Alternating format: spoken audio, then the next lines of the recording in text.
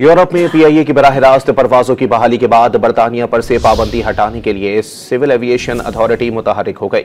ज़राए के मुताबिक बरतानिया के लिए पीआईए का बराह रास्त फ्लाइट ऑपरेशन फरवरी में बहाल हो जाएगा। अपने नाज़रीन को यहाँ अपडेट कर रहे हैं इस हवाले से कि बरतानिया के लिए यूरोप में पीआईए की बराह रास्त परवाजों की बहाली के बाद बरतानिया पर से पाबंदी हटाने के लिए सिविल एविएशन अथॉरिटी मुतहरिक हो गई है।